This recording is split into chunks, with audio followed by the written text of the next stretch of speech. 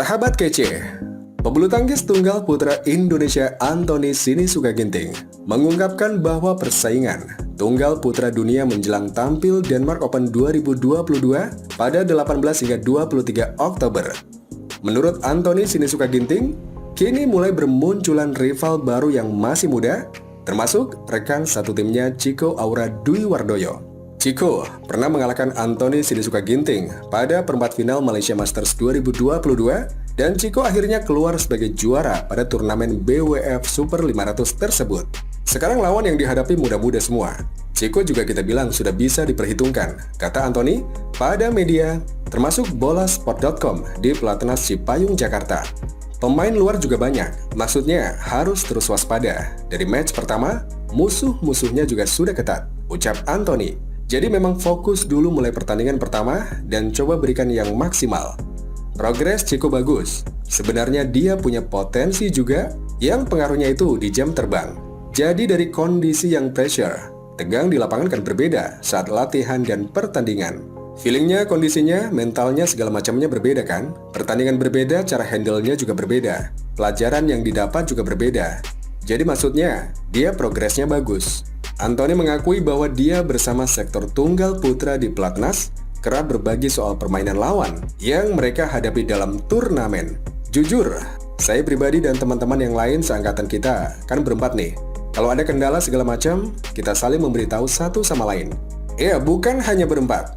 Kami juga memberitahu pada junior lapis kedua, lapis ketiga, setiap latihan sebisa mungkin memberi masukan, ucap Anthony Ginting. Di tengah persaingan ketat, China saat ini belum memiliki tunggal putra yang menembus 10 besar dunia. Sebelumnya ada Chen Long di jajaran peringkat atas, namun Chen Long belum lama ini memilih pensiun. Padahal China di masa jayanya memiliki tunggal putra yang dominan, termasuk legenda mereka Lin Dan. Kalau lihat di ranking tidak ada China.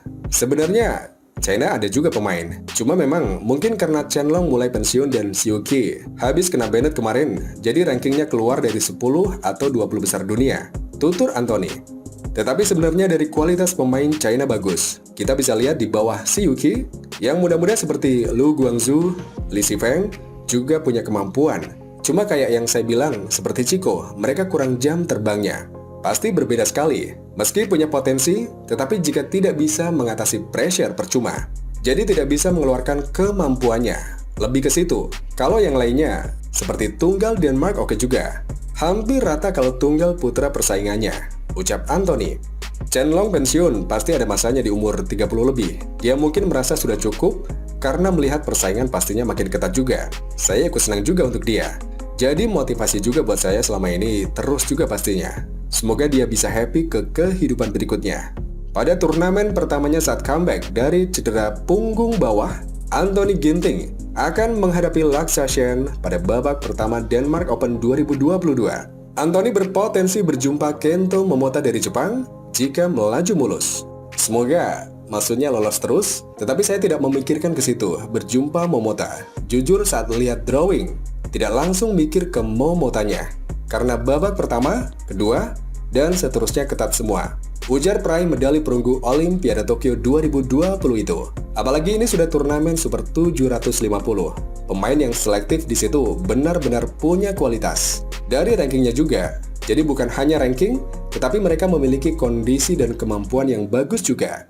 Jadi saya coba buat siapin diri dulu aja. Dari pertandingan pertama benar-benar sudah harus fokus, kata Anthony.